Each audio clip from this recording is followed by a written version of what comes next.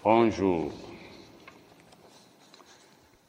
Aujourd'hui, nous continuons l'enseignement sur le baptême. Le baptême dans l'eau, plus précisément. Nous allons maintenant poser une question à laquelle nous répondrons en lisant un certain nombre de versets bibliques. Est-ce que le croyant doit d'abord suivre des enseignements pendant un certain temps avant de devoir être baptisé dans l'eau? Est-ce qu'il faut qu'après qu'une personne a cru au Seigneur Jésus, elle soit préalablement enseignée pendant peut-être 1 mois, 2, 6, avant d'avoir le droit de se faire baptiser? Vous savez, si je pose cette question, c'est parce que dans certains milieux chrétiens, et dans beaucoup de milieux même, il y a ce qu'on appelle souvent les cours des nouveaux convertis. C'est après que celui qui a cru au Seigneur a suivi ces cours qu'il peut être baptisé. Nous allons lire Matthieu 28, versets 19 et 20. Matthieu 28, versets 19 et 20. Je vais lire. Allez. C'est Jésus qui parlait ici, quelque temps avant sa montée au ciel. Faites de toutes les nations des disciples, les baptisant au nom du Père, du Fils et du Saint-Esprit, et enseignez-leur à observer tout ce que je vous ai écrit. Et voici, je suis avec vous tous les jours jusqu'à la fin du monde. Ce qui nous intéresse ici, c'est le verset 19. Jésus dit, faites de toutes les nations des disciples. Ça, c'est la version le second de 1910. Nous allons maintenant lire ce verset, et même le deuxième, le 20, dans la version King James, dans l'ancienne version King James. Allez donc, c'est une version anglaise, mais j'ai traduit, allez donc et enseignez toutes les nations, les baptisant au nom du Père et du Fils et du Saint-Esprit, leur enseignant à observer toutes les choses que je vous ai ordonnées. Et voici, je suis avec vous, même jusqu'à la fin du monde. Vous voyez, dans l'ancienne version King James, au verset 19, il n'est pas écrit comme dans la version Louis II, faites de toutes les nations des disciples, mais il est écrit enseigner toutes les nations. La raison est que le verbe grec traduit par enseigner, ici dans la version King James, eh bien, vient du nom, en fait c'est mateteo, il vient du nom matitis. Le mot matitis veut dire disciple. Donc, ce verbe veut dire faire du disciple. Donc, vous voyez, dans la version Louis II, c'est faites de toutes les nations des disciples. Dans la version King James, l'ancienne version, c'est enseigner toutes les nations. Parce que le verbe traduit là par enseigner signifie faire des disciples. Parce qu'effectivement, on fait d'une personne un disciple en lui enseignant. Parce qu'un disciple, c'est celui-là qui suit les enseignements de quelqu'un. Par exemple, les disciples de Jésus sont ceux-là qui suivent ses enseignements. Et vous voyez donc pourquoi Jésus a dit après, et enseignez-leur ce que je vous ai prescrit. Enseignez-leur ce que je vous ai prescrit. Et Jésus continue en disant, relisons dans la version King James. L'ancienne, parce qu'il y a la nouvelle version King James. L'ancienne version King James, c'est une version de 1611 qui est aussi appelée Authorized King James Version. Je relis donc. Allez donc et enseignez toutes les nations, les baptisant. Allez donc et enseignez toutes les nations. Et il dit encore, les baptisant. Vous voyez donc, ça veut dire que l'enseignement est prescrit ici, mais l'enseignement doit précéder le baptême. Allez enseigner les baptisants. Donc l'enseignement commence et le baptême suit. Maintenant, pendant combien de temps doit-on enseigner la personne qui doit être baptisée? C'est là la question à laquelle nous sommes en train de vouloir répondre. Et nous verrons dans les Écritures, ce qu'ils ont fait dans l'Église primitive. Donc, les croyants doivent être d'abord enseignés avant d'être baptisés. Mais pendant combien de temps? Nous allons donc commencer à voir un certain nombre de passages bibliques. Vous savez, on bâtit les doctrines sur la parole de Dieu. On doit voir qu'est-ce qui a été appliqué, qu'est-ce que la Bible dit. Lisons d'abord Acte 2, versets 37 à 41. Acte 2, versets 37 à 41. Qu'est-ce qui s'était passé? C'est ce jour-là que le Saint-Esprit était descendu sur l'Église. C'est ce jour-là qu'il y avait eu baptême dans le Saint-Esprit pour la première fois, le jour de la Pentecôte. Alors, ceux qui n'avaient rien compris s'étaient mis à dire que ces disciples qui parlaient en langue étaient ivres. Pierre leur a donc dit, ils ne sont pas ivres, nous ne sommes pas ivres. Mais c'est l'accomplissement de ce qui avait déjà été promis dans l'Ancien Testament par Dieu au travers de Joël. Il en a donc profité pour leur prêcher l'Évangile. Pierre, il leur a prêché l'Évangile en leur disant, ce Jésus que vous avez crucifié, eh bien, c'est en son nom que tout cela arrive aujourd'hui. Versets 37 à 41, acte 2. Après avoir entendu ce discours, ils eurent le cœur vivement touché parce que Pierre leur avait montré leur responsabilité. Il leur avait montré qu'ils avaient crucifié quelqu'un qui n'avait rien fait de mal, qu'ils avaient péché.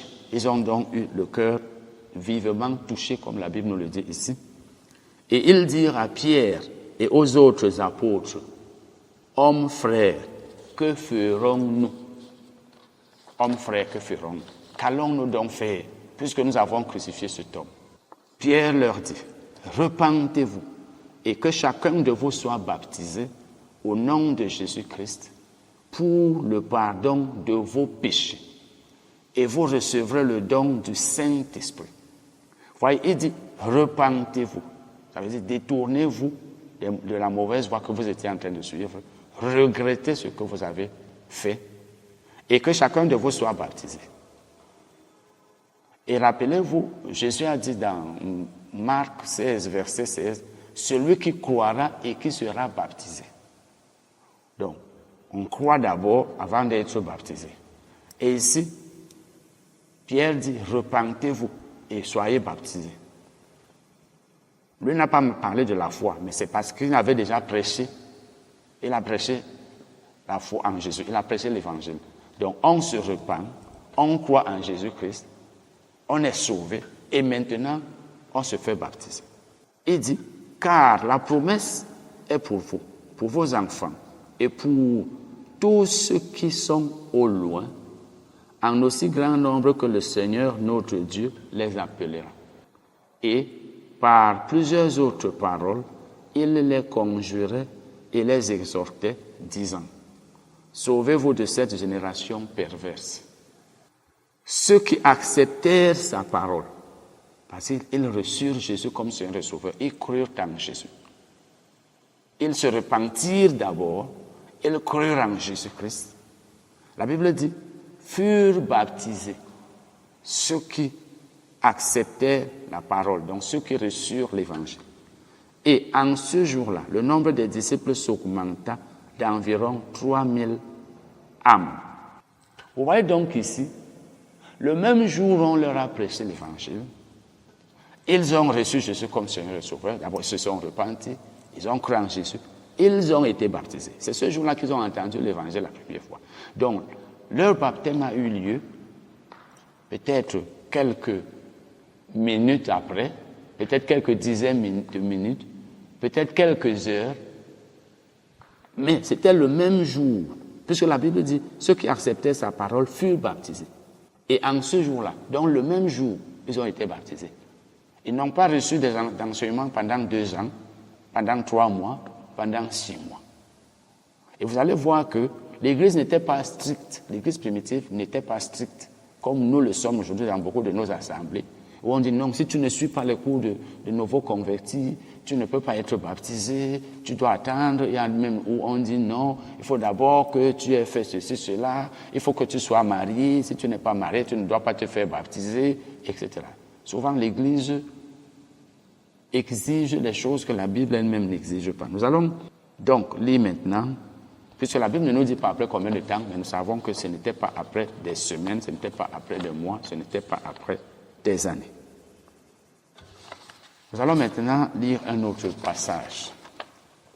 Acte 8, versets 35 à 39. Versets 35 à 39. Alors Philippe, ouvrant la bouche et commençant par ce passage, lui annonça la bonne nouvelle de Jésus. La Bible parle aussi de Philippe et de l'eunuque éthiopien. La Bible nous dit dans les versets précédents qu'un ange avait demandé à Philippe d'aller quelque part. Arrivé là-bas, le Saint-Esprit lui demanda d'aller prêcher l'évangile à cet homme. Et il le trouva en train de lire Ésaïe 53, qu'il ne comprenait pas. Et Jésus lui a donc profité, Philippe lui a expliqué le passage et en a profité pour lui prêcher l'évangile, parce qu'effectivement, Ésaïe 53 parle de la mort de Jésus sur la croix. Alors Philippe, ouvrant la bouche et commençant par ce passage, lui annonça la bonne nouvelle de Jésus. Ça veut dire lui annonça l'évangile. C'est-à-dire que Philippe lui dit, Christ est mort pour nos péchés, il a été enseveli, il est ressuscité. C'est ça l'évangile. C'est ça que Philippe lui avait annoncé. Comme ils continuaient leur chemin, ils rencontrèrent de l'eau. Et l'eunuque dit, voici de l'eau. Qu'est-ce qui empêche que je sois baptisé? Philippe dit, si tu crois de tout ton cœur, cela est possible. Voilà un homme qui n'a jamais entendu l'évangile, l'eunuque éthiopien. On le lui prêche. Je ne sais pas si Philippe a parlé du baptême pour qu'il sût qu'on devait être baptisé après avoir cru. Mais une chose est certaine, c'est qu'il n'a pas attendu. Il serait rentré en Afrique, en Éthiopie, et peut-être n'aurait pas été baptisé de sitôt, parce que certainement même l'évangile n'était pas encore arrivé en Éthiopie. Et dis donc, qu'est-ce qui empêche que je sois baptisé? Ça veut dire, y a-t-il un obstacle? Maintenant que tu m'as prêché l'évangile. Philippe a donc voulu s'assurer que l'eunuque éthiopien avait cru, avait reçu Christ, avait cru à sa parole, ou alors à l'évangile, qu'il avait cru que Jésus était mort pour ses péchés comme il le lui avait annoncé. Et dit, si tu crois de tout ton cœur, cela est possible. Ça veut dire ce qu'il faut, ce n'est que la foi. Si tu crois, il n'y a plus aucun obstacle. Rien ne peut empêcher que tu sois baptisé. L'eunuque répondit, je crois que Jésus-Christ est le Fils de Dieu. Il fit arrêter le char. Philippe et l'eunuque descendirent tous deux dans l'eau et Philippe baptisa l'eunuque. Vous voyez donc, il a dit, je crois que Jésus-Christ est le Fils de Dieu. Et qu'est-ce que la Bible nous dit? Si tu confesses de ta bouche le Seigneur Jésus, et si tu crois dans ton cœur, et Philippe lui a dit, si tu crois. Donc il a confessé, et comme il croyait, Philippe l'a baptisé. Quand il fut sorti de l'eau, l'Esprit du Seigneur enleva Philippe, et l'eunuque ne le vit plus, tandis que joyeux, il poursuivait sa route. Ça veut dire, le baptême a eu lieu dès que ce monsieur a reçu Christ comme Seigneur Sauveur, dès qu'il a cru. Il n'y a même pas eu 5 minutes que nous voyons ici. Il n'y a même pas eu 2 minutes. À peine avait-il cru en Jésus-Christ et confessé de la bouche, il a cru dans son cœur, il a confessé de la bouche, on l'a baptisé. Lui n'a même reçu aucun enseignement, tel que nous voyons ici. Parce que Philippe, la Bible ne nous dit pas qu'il lui a enseigné quoi que ce soit. Et même s'il lui avait enseigné, il pouvait même lui avoir dit que quand tu crois, pour que tu crois au Seigneur Jésus, du moins pour que tu sois baptisé, il faut que tu saches que le baptême, ceci, cela, c'est symbolique par exemple. Mais de toute façon, ça n'a pas pris du temps.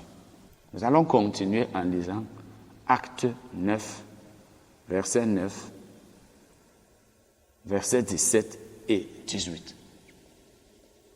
Acte 9, verset 9, 17 et 18.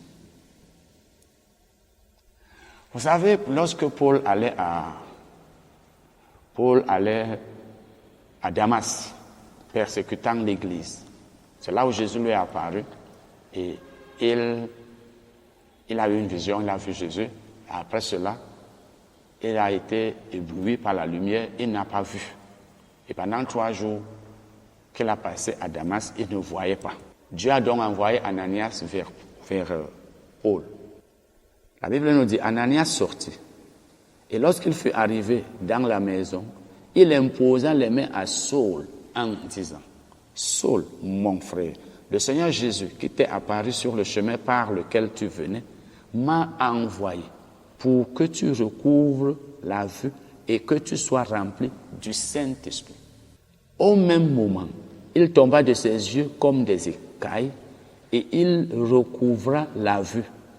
Il se leva et fut baptisé. Et après qu'il eut pris de la nourriture, les forces lui revinrent. Saul resta quelques jours avec les disciples qui étaient à Damas. Bon, maintenant, puisqu'il a appelé Saul mon frère, Saul était déjà son frère parce qu'il avait déjà cru. Il était déjà son frère. Et nous savons que lorsque Jésus lui est apparu, il a demandé à Jésus, que veux-tu que je fasse? Donc, Saul s'est converti, pourrait-on dire, sur la route de Damas. Donc, il n'a passé que 3 jours sans voir. Et au moment où il voit, immédiatement après, on le baptise. Lui n'a même pas reçu d'enseignement non plus, tel que nous voyons ici. Parce qu'il a passé le temps là, étant, nous ne pouvons pas voir. Acte 10, verset 44 à 48. Acte 10, verset 44 à 48. Comme Pierre prononçait encore ces mots, le Saint-Esprit descendit sur tous ceux qui écoutaient la parole.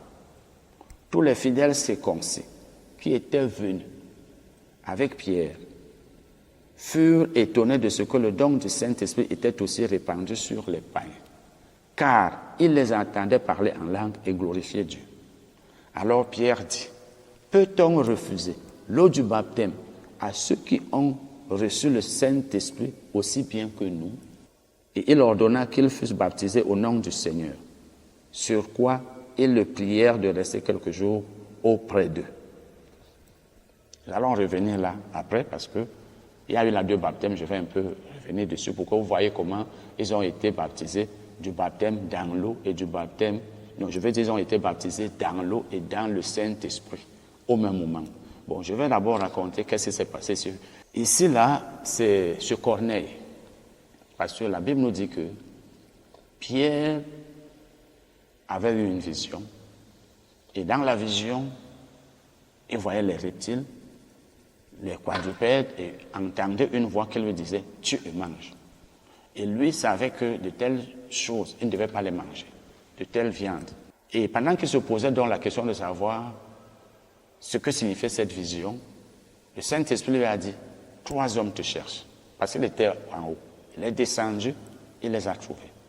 Et ces 3 hommes, c'est Pierre, je veux dire, c'est Corneille qui les avait envoyés, parce que Corneille avait été informé par Dieu, par un ange qui devait envoyer des gens appelés Pierre. Corneille lui-même ne savait pas pourquoi il envoyait des gens appelés Pierre. Pierre n'a pas su quand il est descendu pourquoi Corneille l'a appelé. Il est donc arrivé chez Corneille, et Corneille lui a dit, voilà, te voilà, je ne sais pas, qu'est-ce que tu vas me dire? Voilà ce qui s'est passé, c'est la raison pour laquelle je t'ai appelé. C'est alors là où Pierre s'est mis à lui prêcher l'évangile. À lui, un païen, à qui il n'était pas censé prêcher l'évangile, selon ce que Jésus leur avait dit au commencement. Donc, nous reviendrons là-dessus, et vous verrez que le baptême de tous ceux qui étaient là a eu lieu peu de temps, du moins au moment même où ils venaient de croire en Jésus-Christ. Amen.